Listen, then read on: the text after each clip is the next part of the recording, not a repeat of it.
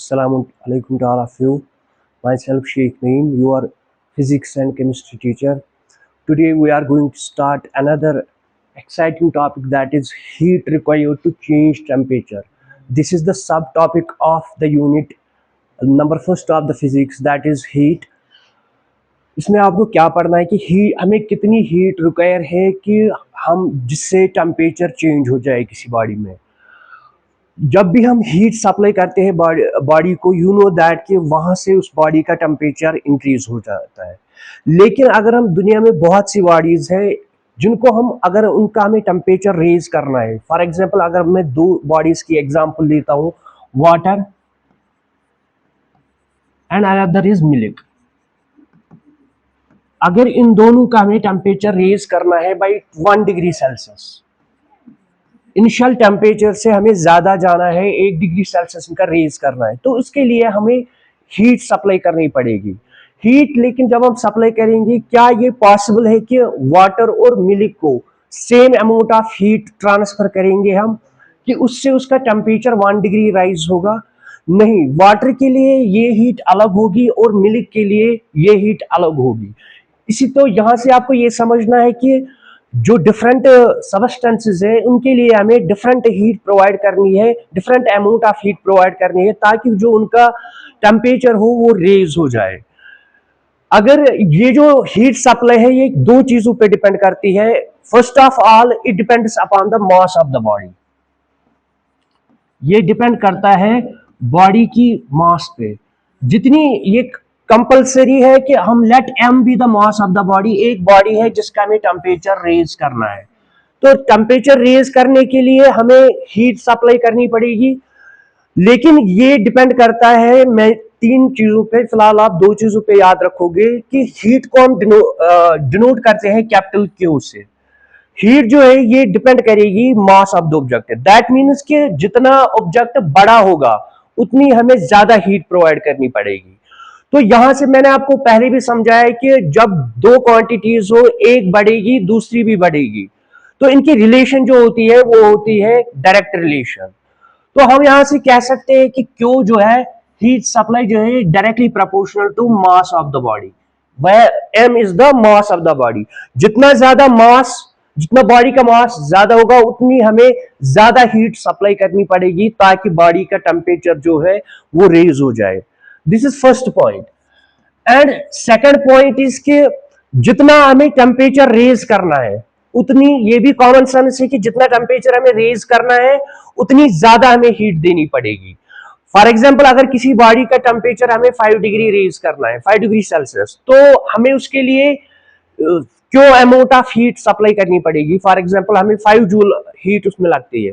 लेकिन अगर किसी बॉडी का टेम्परेचर हमें रेज करना है 10 डिग्री सेल्सियस, मतलब ज्यादा बढ़ाना है टेम्परेचर, तो हमें हीट भी अब ज्यादा देनी पड़ेगी। तो यहां भी अगर आप देखोगे, हीट और टेम्परेचर, जो रेज इन टेम्परेचर है या राइज इन टेम्परेचर जो है, ये जो इन दोनों के दरमियान रिलेशन जो है वो डायरेक्ट रिलेशन है। That is Q is directly proportional to delta T। Delta T यहां पे डिनोट करता है, this sign is called delta in physics. तो डेल्टा T यहां पे क्या डिनोट करता है कि कितना हमें राइज करना है, किसमें, टेम्परेचर में। तो यहां पे वही लिखा है, when heat is supplied to a body to change its temperature, the heat required is proportional to the mass of the body, that is Q is directly proportional to m, and B proportional to rise in its temperature। जितना आप temperature rise करोगे उतना आपको heat भी ज्यादा देनी पड़ेगी। तो Q is directly proportional to m and Q is directly proportional to delta T, where delta T is the raise in the temperature। अब दोनों इक्वेशन उसको जब हम कंबाइन करेंगे तो Q किसके बराबर, Q directly proportional to m delta T। और मैंने आपको प्रीवियस क्लास में समझाया भी कि जब भी हम डायरेक्टली प्रोपोर्शनलिटी को हटाते हैं, इस साइन को हटाते हैं, यहां पे जब हम साइन ऑफ इक्वलिटी लाते हैं तो उस साइड से एक कांस्टेंट प्रोडक्ट में आता है। और जब क्यों हम यहां पे डायरेक्टली प्रोपोर्शनलिटी को हटा के साइन ऑफ इक्वलिटी में लाएंगे, यहां m ऐसे ही रहेगा, एक कांस्टेंट आएगा जिस कांस्टेंट को हम डिनोट करते हैं s से।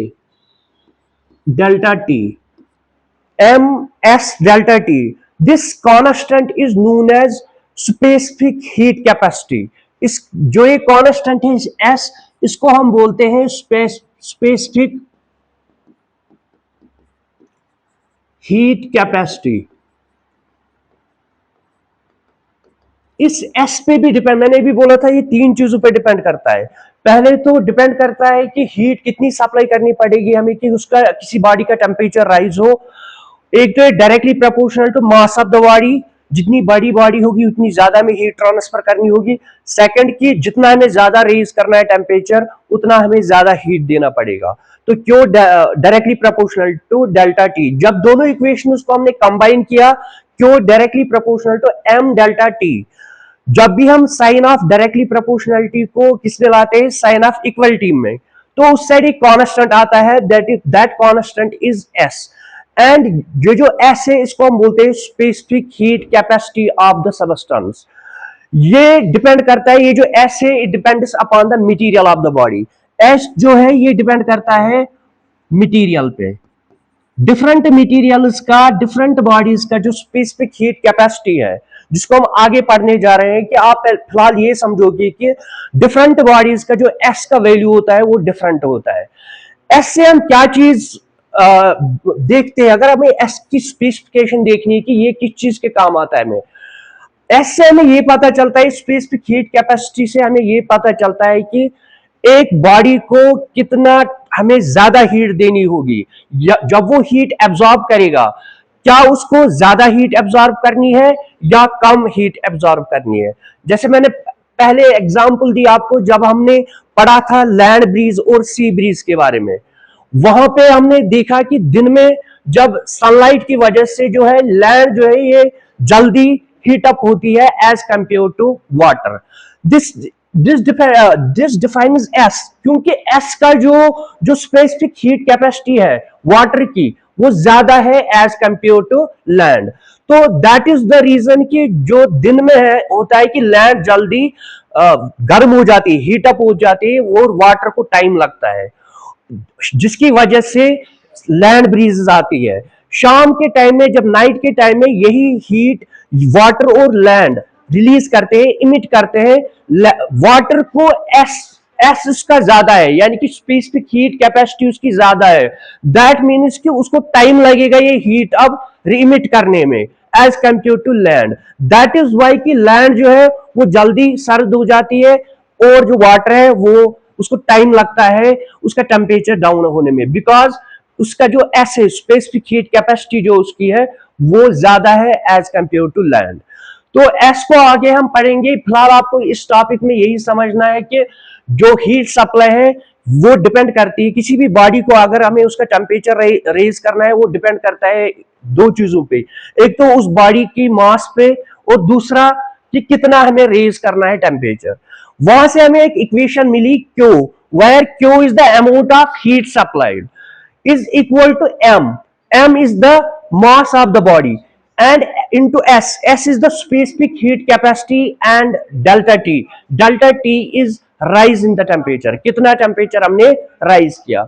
Moving to next slide.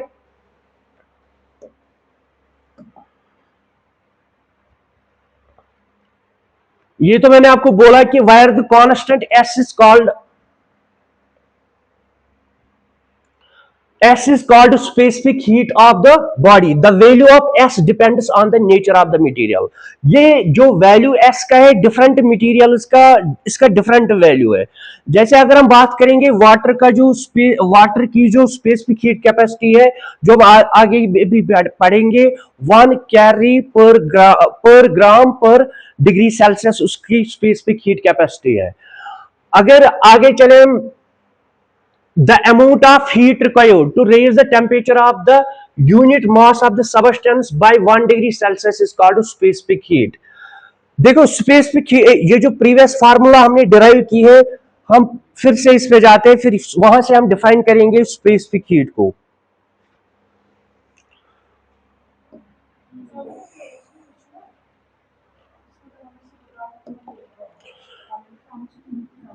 क्यों बराबर है एम एस डेल्टा टी. अब यहां से मैं एस की फार्मूला निकालना चाहता हूं, एस किसके बराबर है, तो एस की फार्मूला अगर मुझे निकालनी है, दैट मीन्स एस के साथ जो भी है मास एंड डेल्टा टी, इन दोनों को हमें ट्रांसपोज करना है। इस साइड ये मल्टीपल में है, जब आप इनको ट्रांसपोज करोगे तो ये डिवाइड हो जाएगा। दैट इज एस क्या बनेगा, S is equal to Q divided by m delta T. ये एस की फार्मूला है। S mean specific heat capacity जो है एस, उसकी फार्मूला क्या है, Q, where Q is the amount of the heat supplied divided by m is the mass of the body and delta t is the raise in the temperature, कितना temperature हमने raise किया।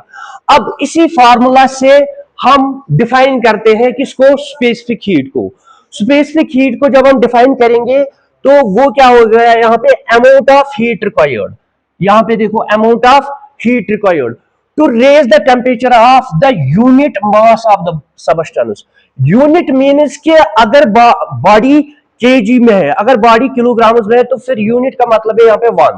तो जो आपको body लेनी है वो 1 KG की लेनी है, या अगर आपका जो मास है वो ग्राम्स में है तो आपको बॉडी 1 ग्राम की लेनी है।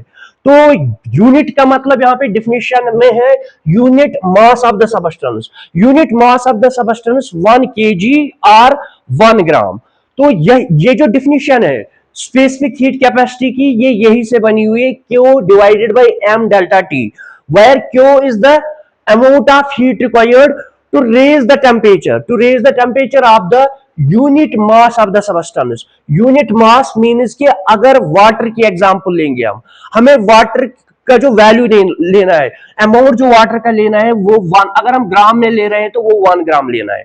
अगर आपने 1 ग्राम वाटर लिया और उसको आपने हीट सप्लाई की, हीट सप्लाई करने के टाइम पे जब उसका टेम्परेचर रेज हुआ, ठीक है, जब उसका टेम्परेचर रेज हुआ, डेल्टा टी रेज हुआ, तो उस टाइम जो वैल्यू आया आपको हीट का, दैट वैल्यू उस हीट को हम बोलते हैं स्पेसिफिक हीट।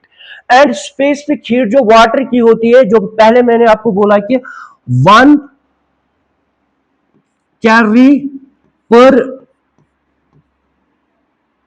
कैरी पर ग्राम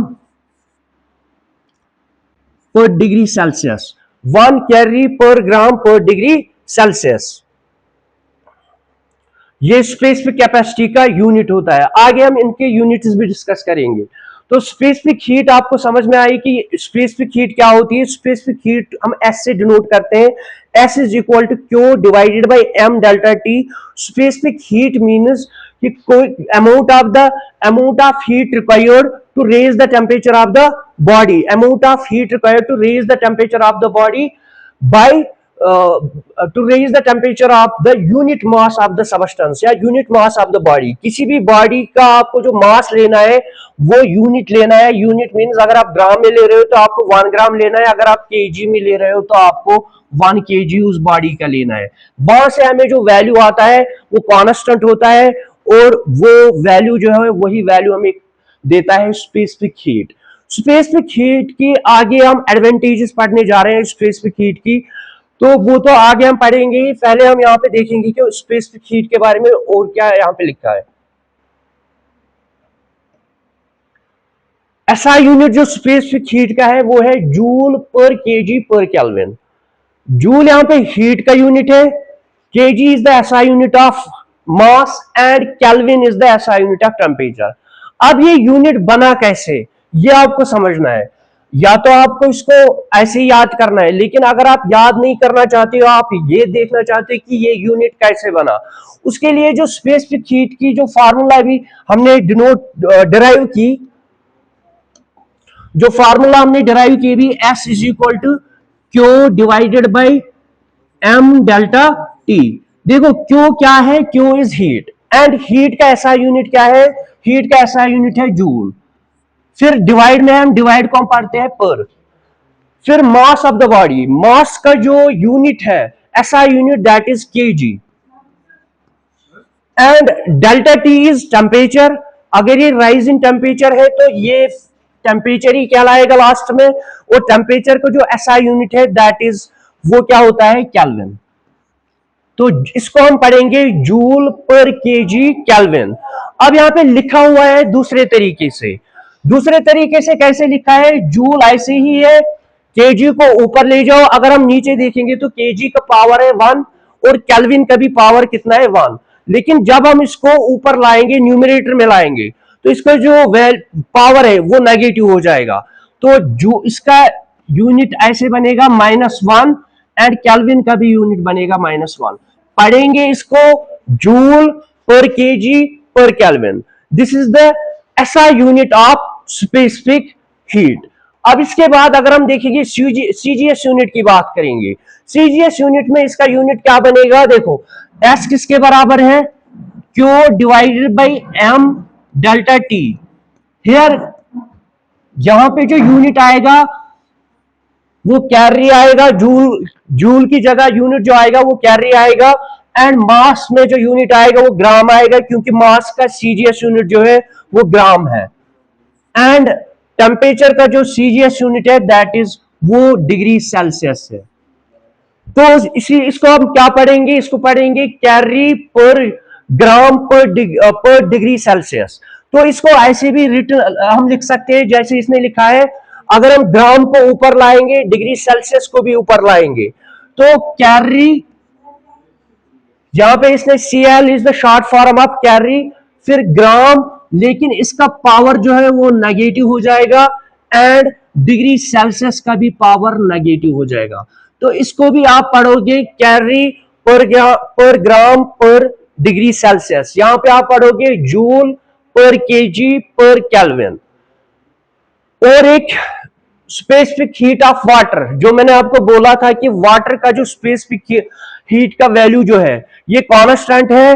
ये कितना होता है? 1 कैरी पर ग्राम पर 1 कैरी पर ग्राम पर डिग्री सेल्सियस।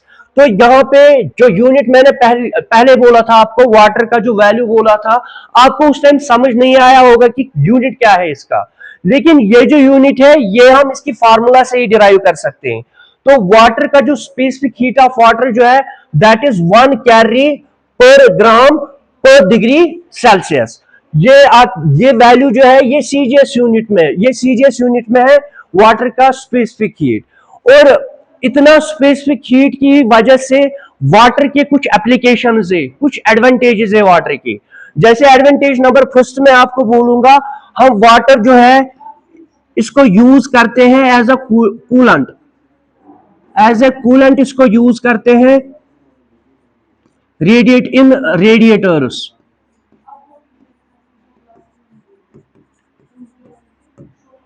गाड़ियां आपने देखी होगी, तो जो व्हीकल्स होते हैं, व्हीकल्स में एक पार्ट होता है उनका जिसको हम बोलते हैं रेडिएटर, और रेडिएटर में हम कूलेंट यूज करते हैं। उस कूलेंट में प्रेजेंट होता है वाटर। देखो, ये जो वाटर यहां से जाता कहां है? ये इंजन में जाता है। इसका फ्लो जो होता है, इंजन जो है वो उसका टेम्परेचर मेंटेन करने के लिए वहां पे हम वाटर यूज करते हैं एज अ कूलेंट, क्योंकि इंजन का जो टेम्परेचर है ये उसको मेंटेन बैलेंस रखता है। क्योंकि आपको पता है वाटर की जो कैपेसिटी है, स्पेसिफिक हीट कैपेसिटी, वो ज्यादा है। ये ज्यादा है 1 कैलरी पर ग्राम पर डिग्री सेल्सियस। तो इस वाटर की जो स्पेसिफिक हीट का वैल्यू की वजह से हम वाटर को यूज करते हैं रेडिएटर्स में एज ए कूलेंट वहां पे जब हम डालते हैं तो उसमें प्रेजेंट होता है वाटर। यही वाटर जो है ये मेंटेन करता है जो टेम्परेचर ऑफ द इंजन है, जो इंजन है गाड़ी व्हीकल्स का, उसको ये मेंटेन करता है। अगर वहां पे हम कूलेंट यूज नहीं करेंगे, वाटर यूज नहीं करेंगे, तो वाटर में एब्जॉर्ब करने की, हीट एब्जॉर्ब करने की कैपेसिटी जो है वो बहुत ज्यादा है, बिकॉज इसका स्पेसिफिक हीट का जो वैल्यू है वो ठीक ठाक है। तो उसकी वजह से ही ये एब्जॉर्ब करता है वहां से हीट को, और इंजन से जब ये हीट को एब्जॉर्ब करेगा, इंजन का टेम्परेचर जो है वो मेंटेन रहेगा, बैलेंस रहेगा, वो आगे वो नहीं बढ़ेगा। अगर इंजन का टेम्परेचर बढ़ेगा तो फिर प्रॉब्लम्स आएंगी। तो इंजन का टेम्परेचर मेंटेन करने के लिए हम यूज करते हैं कूलेंट, किनमें? रेडिएटर्स में, जो कि गाड़ियों में प्रेजेंट होता है। उस कूलेंट में हम यूज करते हैं वाटर का भी। तो इससे हम मेंटेन रखते हैं किसको, इंजन के टेम्परेचर को, ये हमें इंजन का जो टेम्परेचर है वो इससे मेंटेन रहता है। सेकंड, अगर हम इसकी एडवांटेज देखेंगे, एक प्रोसेस आती है फिजिक्स में, that is called fermentation. Fermentation क्या है? ये एक प्रोसेस है, एक मेथड है जिसमें हम बॉडी को या बॉडी के किसी पार्ट को हम हॉट मॉइस्ट वाटर सप्लाई करते हैं। इन सिंपल लैंग्वेज आप बोल सकते हो स्टीम। तो स्टीम हम देते हैं बॉडी को, जिसकी वजह से बॉडी में अगर कहीं पे मसल पेन हो वो रिलैक्स हो जाती है, बॉडी रिलैक्स हो जाती है। हम इसे यूज करते हैं। वह फर्मेंटेशन का मतलब क्या है? To provide hot moist water to the body. तो किसके लिए ये प्रोवाइड किया जाता है? इससे रिलैक्स, इससे जो बॉडी जो होती है वो रिलैक्स हो जाती है। अगर बॉडी में पेन है वो पेन दूर हो जाती है। ये भी बिकॉज आप, ये इस वजह से है क्योंकि स्पेसिफिक हीट कैपेसिटी जो वाटर की है दैट इज 1 कैरी पर ग्राम पर डिग्री सेल्सियस। तो दैट इज वाई फर्मेंटेशन में हम क्या यूज करते हैं? हॉट मॉइस्ट वाटर, जिसको आप सिंपल लैंग्वेज में बोलते हो स्टीम देना। तो स्टीम जब हम देते हैं बॉडी को तो उससे क्या हो जाता है? जो हमारी बॉडी रिलैक्स हो जाती है। मूविंग टू नेक्स्ट, थर्ड जो इसकी एडवांटेज है वो यही है कि sea breeze and land breeze ये दोनों हो जाती है, बिकॉज जो वाटर है, वाटर की स्पेसिफिक हीट कैपेसिटी जो है वो 1 कैरी पर ग्राम पर डिग्री सेल्सियस है। दैट इज वाई हम वहां पे जो लैंड और सी, देखो ये वैल्यू क्या हमें बोलता है, इससे हमें ये चीज समझ आती है कि जो बॉडी है ये जल्दी हीट अप नहीं हो जाती है, लेकिन एक बार ये हीट अप हो गई फिर ये जल्दी जल्दी कूल डाउन भी नहीं होगी। ठीक है, इस चीज स्पेसिफिक हीट की अगर हम स्पेसिफिकेशन देखेंगे, इसकी स्पेसिफिकेशन क्या है कि अगर इसका वैल्यू किसी का ज्यादा है, दैट मीन्स वो जो सबस्टेंस है वो ना तो जल्दी वो हीट अप होता है, एब्जॉर्ब जल्दी नहीं करता है, लेकिन जब वो एब्जॉर्ब एक बार करेगा लाइट को तो उसकी वजह से या हीट को जब वो एब्जॉर्ब करेगा, फिर जब टेम्परेचर डाउन होगा वो जल्दी उस हीट को रीएमिट नहीं करेगा, वो जल्दी उस हीट को लॉस नहीं करेगा, ना तो हीट को गेन जल्दी करेगा, एक बार कर लिया गेन उसके बाद ये लॉस भी जल्दी नहीं करेगा। दैट इज वाई जो हमने पढ़ा था, जो हमने सी ब्रीज और लैंड ब्रीज के बारे में पढ़ा था, वहां पे हमने दोनों में देखा क्या, ड्यूरिंग नाइट ड्यूरिंग डे कि वाटर जो है वो स्लोली हीट अप होता है एज कंपेयर टू लैंड, जिसकी वजह से ब्रीजेस आती है। और क्योंकि एयर जो है वो हॉट एयर, हॉट पार्ट से कहां जाता है, कोल्ड की तरफ जाता है, तो वहां से ब्रीजेस बन जाते हैं। इसी तरह से अगर हम देखेंगे एट नाइट, नाइट की टाइम पे अब लैंड जो है उसकी स्पेसिफिक हीट कैपेसिटी कम है एज कंपेयर टू वाटर, तो वो जल्दी रेमिट नहीं, वो जल्दी लैंड जो है वो जल्दी रेमिट करेगा हीट को, तो वो हीट को लॉस करेगा, लेकिन वाटर हीट को लॉस नहीं करेगा। ये एडवांटेजेस है किसकी? स्पेसिफिक हीट ऑफ वाटर की। तो आगे देखते हैं,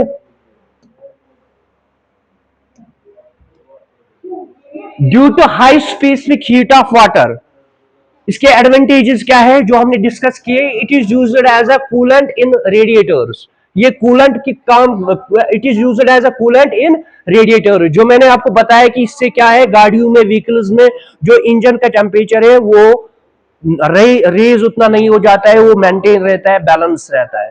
दूसरा, it is used for fermentation to relax the body.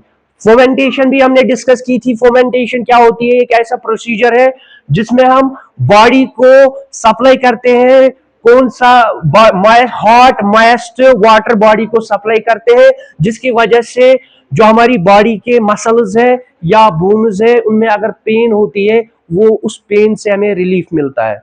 तो थर्ड एडवांटेज अगर देखोगे आप, वो यहां पे हमने डिस्कस की है, formation of land and sea breeze occurs, because जो वाटर है इसका स्पेसिफिक हीट कैपेसिटी का वैल्यू बहुत हाई है। Moving to next slide, that is concept chart.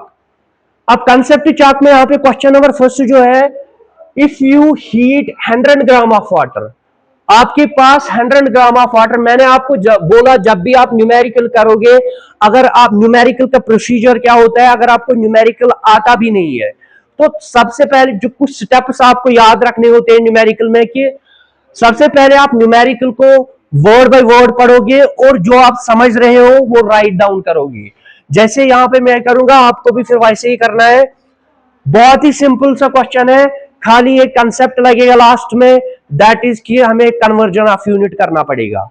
ठीक है, if you heat 100 gram of water, that means जो क्वांटिटी ऑफ वाटर, मतलब मास जो है वाटर का, मास कितना है 100 ग्राम।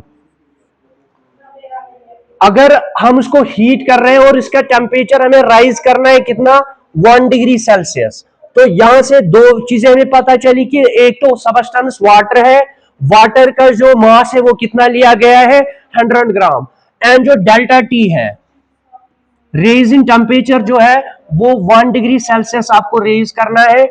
How much energy is needed, हमें कितनी एनर्जी जरूरत पड़ेगी, दैट मीन्स हमें हीट निकालनी है, heat is a form of energy. तो और यहां पे और एक वैल्यू आपको दिया गया है, specific heat of water. Specific heat of water ये आपको याद भी करना है, 1 कैरी पर ग्राम पर डिग्री सेल्सियस। तो ये भी आपको दिया हुआ है, या मतलब एस से हम स्पेसिफिक हीट कैपेसिटी को डिनोट करते हैं, 1 कैरी पर ग्राम पर डिग्री सेल्सियस। ये तीन चीजें हमें दी इस क्वेश्चन में गिवन है, हमें निकालना क्या है, we have to find how much energy is needed, that is हमें क्यों निकालना है। और क्यों की एक फार्मूला मैंने आपको डिराइव करके दी, बताई पहले ही इस यूनिट में, Q is equal to M S delta T. Q is equal to what is M, M is the mass of water that is 100, what is s, s is the specific heat capacity of water, वो उसका value कितना है 1, and delta t is raise in the temperature that is 1 degree celsius। तो Q is equal to 100 into 1 is 100, again multiply by 1 that is 100। तो लेकिन यहां पे मैंने आपको पहले ही बोला है, फिजिक्स में दो चीजें इंपॉर्टेंट होती है, first magnitude, another is unit. Magnitude तो वैल्यू होता है, एंड सेकंड जो है कंपलसरी जो यूनिट है, अब आपको यूनिट देखना है, यूनिट क्या आएगा। हीट है, एनर्जी है, तो यूनिट या तो कैलोरी होगा या जूल होगा। अब आप डिसाइड करोगे कि कैलोरी क्या है या जूल है, लेकिन यहां पे मुझे स्पेसिफिक हीट जो है वो कैलोरी में दी है, दैट मीन जो यूनिट आएगा इसका दैट इज वो कैलोरी में आएगा, 100 कैलोरी। 100 कैलोरी को आपको, लेकिन जो ऑप्शंस है, ऑप्शंस में यहां पे आंसर जूल में दिया गया है, 1 joule, 4.2 joule, 100 joule and 420 joule. अब जब जूल में दिया गया है, मैंने आपको इससे पहले क्लास में बोला है कि जो ऑनलाइन क्लास हुई थी, 1 कैलोरी जो है इज इक्वल टू 4.2 जूल, और मैंने ये भी साथ में बोला था कि calorie is the bigger unit than joule. तो जब भी हम बड़े यूनिट को छोटे यूनिट में कन्वर्ट करते हैं, उस टाइम हम मल्टीप्लाई करते हैं, और मल्टीप्लाई किस चीज से करना है आपको, 4.2 से। तो आपको 100 से क्या करना है, मल्टीप्लाई। तो क्यों आपका आएगा 100 into 4.2, that is 420 J, 420 joule इसका आंसर आएगा। This is the answer of this numerical, 420 joule. इसके बाद अगर हम नेक्स्ट स्लाइड पे, नेक्स्ट क्वेश्चन पे जाएंगे, next question is if you heat, ये यही वाला क्वेश्चन है, इसका आंसर 420 जूल्स है। इन कैलोरीमेट्री, जो आपने कैलोरीमेट्री पढ़ी है, ये एक प्रोसेस है कैलोरीमेट्री, जिसमें मेजर करते हैं हीट को। जब भी हम किसी सबस्टेंस को टेम्परेचर देते कि उसको हमें रेज टेम्परेचर जो किया किसी सबस्टेंस का, उसमें आपने कितनी हीट हमने दी, उसको मेजर करते हैं किस ब्रांच से, हम कैलोरीमेट्री से। In calorimetry what does the heat gained और lost by a substance depends on, जो कोई सबस्टेंस हीट गेन करेगा या लॉस करेगा वो किस किस चीज पे डिपेंड करेगा, the mass of the substance and it specific heat capacity. Second, colour पे डिपेंड करेगा, शेप पे डिपेंड करेगा, वॉल्यूम पे डिपेंड करेगा। इन तीनों में से कोई इसका आंसर नहीं है, कुछ भी रिलेशन नहीं है इन तीनों की हीट लॉस और गेन करने से। जो एक तो मास ऑफ द सबस्टेंस से पे डिपेंड करेगा और दूसरा स्पेसिफिक हीट कैपेसिटी पे डिपेंड करेगा, एस पे। तो इसको ऑप्शन नंबर फर्स्ट ही इसका करेक्ट आंसर होगा। ये देखो, ये इसका आंसर है, the mass of the substance and it specific heat capacity. If a substance has a high specific heat capacity, it means, इसका मतलब क्या है? कूल्स डाउन क्विकली, क्या ये जल्दी कूल डाउन हो जाएगा? Requires less energy to change temperature, क्या इसको हमें कम एनर्जी देनी है ताकि अपनी जो टेम्परेचर है वो चेंज करे? Requires more energy to change temperature, क्या ज्यादा एनर्जी की जरूरत है? या it is a good conductor of heat. Option number C is the correct answer, क्योंकि अगर किसी बॉडी का की स्पेसिफिक हीट कैपेसिटी वो ज्यादा है तो दैट मीन्स वो जो बॉडी है उसको हमें बहुत ज्यादा हीट एनर्जी प्रोवाइड करनी है ताकि उसका टेम्परेचर जो है वो राइज हो जाए। Option number C requires more energy to change temperature. Next question is again a numerical, very good numerical, 5 gram of hot water. यहां पे वाटर फिर से सबस्टेंस से, मैंने आपको न्यूमेरिकल का प्रोसीजर बोला क्या होता है कि न्यूमेरिकल को पहले राइट डाउन करो जो चीजें आपको समझ आ रही है। 5 gram is the amount of the substance, तो ये मास होगा। तो एम यहां पे कितना है? मास ऑफ सबस्टेंस हमारे पास है 5 ग्राम। नेक्स्ट, एट 40 डिग्री सेल्सियस, इसका जो टेम्परेचर है वो कितना है? 40 degree Celsius. Is kept in the open air, इसको हमने वाटर को रखा है ओपन एयर। अब मुझे यहां पे पता है कि जो अगर वाटर का टेम्परेचर 40 डिग्री सेल्सियस से तो ओपन एयर में रखने से इसका टेम्परेचर डाउन हो जाएगा, क्योंकि हीट लॉस होगा from high temperature to low temperature. जब हीट लॉस होगा तो दैट मीन्स इसका टेम्परेचर डाउन आ जाएगा, 40 से नीचे आएगा। वो हम देखेंगे कि कितना नीचे आया। हम इस टेम्परेचर को जो है इसको हम इनिशियल टेम्परेचर T1 मानेंगे जो कि 40 डिग्री सेल्सियस है, और इसके बाद ओपन एयर में रखने के बाद इसका जो टेम्परेचर हुआ है वो फॉल हुआ है तो 35, दैट इज T2 कितना है? 35 डिग्री सेल्सियस।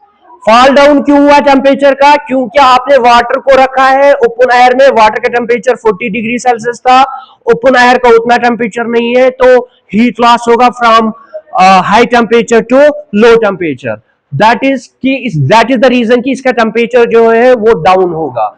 एग्जाम्पल ले लो, जब भी हम चाय पीते हैं तो जब हमें चाय गर्मा गर्म मिलती है पहले उसका टेम्परेचर जो होता है ज्यादा होता है, लेकिन आफ्टर सम टाइम इसी चाय का जो टेम्परेचर है वो डाउन हो जाता है, उतनी गर्म नहीं रहती है, बिकॉज इस टाइम में जो सराउंडिंग्स होती है उसका टेम्परेचर कम होता है एज कंपेयर टू द चाय। तो चाय से जब हम कंपेयर करेंगे, एज कंपेयर टू चाय जब हम इसको कंपेयर करेंगे तो धीरे धीरे ये जो आपकी गर्म चाय है ये ठंडी हो जाती है, तो ये अपनी हीट को ट्रांसफर करती है एयर को। तो यहां से दैट इज द रीजन कि टेम्परेचर जो है वो फॉल डाउन हुआ। अब हम calculate the heat energy lost to the surrounding by the water. Heat और एक वैल्यू दिया गया है specific heat capacity, that is 1 calorie per gram पर डिग्री सेल्सियस। ये भी आपको गिवन है। अब देखो, जब हम न्यूमेरिकल करेंगे तो हमें यहां पे सारी चीजें गिवन है। 2 मिनट सर, इसमें यहाँ पे सारे पार्ट्स गिवन है, सारे आपको चीजें गिवन है, लेकिन एक चीज नहीं है, that is delta T. Delta T बराबर आएगा T1 माइनस T2, तो 40 माइनस 35 वो आएगा आप हमारे पास 5 डिग्री सेल्सियस। तो डेल्टा टी की वैल्यू भी आई। एंड लास्ट में आप कौन सी फार्मूला यूज करोगे? Q is equal to M S delta T. Q is equal to M कितना है? 5, एस कितना है? S is 1 and delta T is 5, तो Q आपका आएगा 25 लेकिन यहाँ पे भी आप यूनिट देखोगे, यूनिट आपका कैरी में आएगा, बिकॉज यहाँ पे हमें स्पेसिफिक हीट किस में दी हुई है, कैरी में। तो अगर इसको जूल में कन्वर्ट करना है तो Q is equal to 25 into 4.5, वो आप देखोगे कितना आंसर आएगा इसका, उतने जूल यहाँ पे लिखना है।